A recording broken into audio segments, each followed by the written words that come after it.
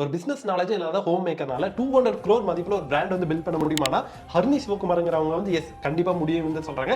So இவங்க வந்து சீக்கிரமா வந்து மேரேஜ் ஆகி அவங்களுக்கு வந்து குழந்தை வந்து பிறந்தது. குழந்தை வந்து அன்ஃபார்ச்சுனேட்லி டவுன் சிண்ட்ரோம்ங்கிற ஒரு டிசீஸ்னால பிறக்கிறதுனால இவங்க வந்து வேலையை வந்து விட வேண்டியதா வந்து போச்சு. ஃபர்ஸ்ட் வந்து அவங்களோட குழந்தைக்காக வந்து ஸ்கின் கேர் ப்ராடக்ட் வந்து எப்படி எல்லாம் பண்ணலாம்னு ஆராய்ச்சி பண்ண ஆரம்பிச்சு இவங்களே வந்து ஸ்கின் கேர் ப்ராடக்ட்ஸ்லாம் வந்து தயாரிக்க வந்து ஆரம்பிக்கிறாங்க அவங்களோட குழந்தைக்காக. ஸோ அப்படி நிறைய ரிசர்ச் பண்ணி அவங்களுக்கு வந்து அதுல வந்து நிறைய நாலேஜ் வந்து கெயின் ஆயிடுது. சரி நம்ம ஏன் ஒரு பிராண்ட் ஆரம்பிக்க கூடாதுன்ட்டு 2019 அவங்க வந்து எர்த் ரிதம்ங்கிற ஒரு பிராண்ட் வந்து ஆரம்பிக்கிறாங்க. Skin care product A to Z அவங்களே தான் வந்து எல்லாமே வந்து ஃபர்ஸ்ட் வந்து பண்ணிட்டு இருந்தாங்க. அவங்க ப்ராடக்ட் மேனுஃபேக்சர்ல இருந்து அவங்க பேக்கேஜிங்ல இருந்து அண்ட் எப்படி மார்க்கெட் பண்றது எல்லாமே ஒண்ணுனா அவங்க வந்து ஒரு கோர்ஸ் வந்து எடுத்துக்கிட்டு 0 எம்ப்ளாயில இருந்து கம்பெனி வந்து ஆரம்பிச்சு இப்போ வந்து அவங்க கம்பெனில 100 எம்ப்ளாயிஸ் இருக்காங்கன்னா அவங்களோட வளர்ச்சி வந்து எந்த அளவுக்கு இருக்குன்னு பாத்துக்கோ. ஸோ நம்ம கிட்ட எந்த ஒரு பிசினஸ் நாலேஜ் இல்லை, நம்ம வந்து ஒரு ஹவுஸ் ஒய்ஃப் நம்மளால என்ன பண்ண முடியும் அப்படின்னு கேட்டா ஹரிணி சிவகுமார் தான் உங்களுக்கு வந்து ரோல் மாடலா வந்து இருக்கணும். அவங்களும் இந்த மாதிரி 7 வருஷம் ஹவுஸ் ஒய்ஃப் வந்து ஒரு 200 crore மதிப்புல ஒரு பிராண்ட் பில்ட் பண்ணியிருக்காங்க. ஸோ அவங்களே அதுதான் சொல்றாங்க, என்னால பண்ண முடியும்னா உங்களாலேயும் கண்டிப்பா வந்து பண்ண முடியும்.